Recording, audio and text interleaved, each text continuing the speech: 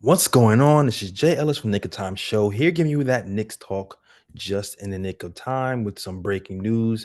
As you guys already know, or might have heard already, there's a possibility that Mitch Robinson, the Block Ness Monster, will be back on the court in a Knicks uniform before the end of the year. That is correct. Woj came on television and said this: the NBA is denying the Knicks a $7.8 million disabled player exception for the loss of Mitchell Robinson because there's optimism that Robinson can return from ankle surgery to play late in regular season. So the Knicks could be getting back one of the league's best defensive centers. So clap it up for Mitch and the Knicks because Hartenstein has been doing a phenomenal job, but man, it will be great to have our defensive anchor back, even if it's for 10 or 15 minutes a game for the last 10 games of the season. Having him kind of ramping up before the playoffs could be game changing for us. If you guys got to remember how it was when the Knicks played the Cavs in that first round, Mitch was the reason, well, a huge reason anyway, why we even smacked the Cavs the way we smacked the Cavs. All right. I remember Evan Mobley and Jared Allen being his sons.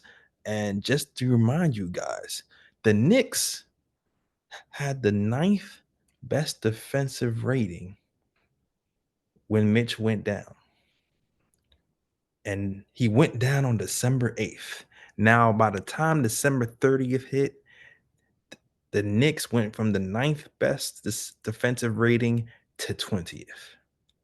And it's not until OG Ananobi came to the Knicks in January that we started to rebound defensively.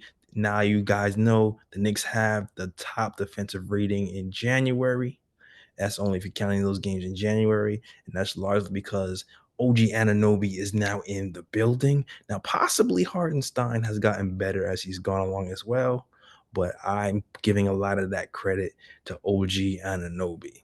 So it's great to have him here with us, but I'm also excited and salivating over the defensive potential of an OG Ananobi mixed with the long arms of the law and Mitch Robinson. Because don't forget, Mitch, before he went down, not only was he the number one offensive rebounding center in the NBA, but he was also leading our team in steals. I think it was like 1.1 steals a game for a center, 96 percentile on the steal rate as a center. And that is no big deal. Now, Ian said is he feels like he would not start, and I agree with him. I think it would be too much and too jarring to put Mitchell Robinson in the starting lineup after a long layoff. And not to mention, I kind of like what Hartenstein has been doing with that first unit. The pace of the Knicks has been faster. I think a lot of it has to do with those outlet passes that Hartenstein throws to get to initiate a fast break helps. I feel like our spacing has been a little better. And I feel like it's even opened the door for some backdoor cuts for our first unit as well. So I feel like Hartenstein has brought something different to the table. And I like the chemistry that's forming within Hartenstein and that first unit. But I'm ecstatic to have Mitchell Robinson's defensive instincts back in there. That guy, he has those long arms, and listen, he doesn't have to do much. He can guard two people in the pick and roll by himself, and having that person there is a luxury. A guy like that is definitely a luxury. Now, interestingly enough, Ian Beckley reported that the Atlanta Hawks were looking into Mitchell Robinson. They were looking to move Clint Capella. So they might be willing to do a Capella for Mitch swap.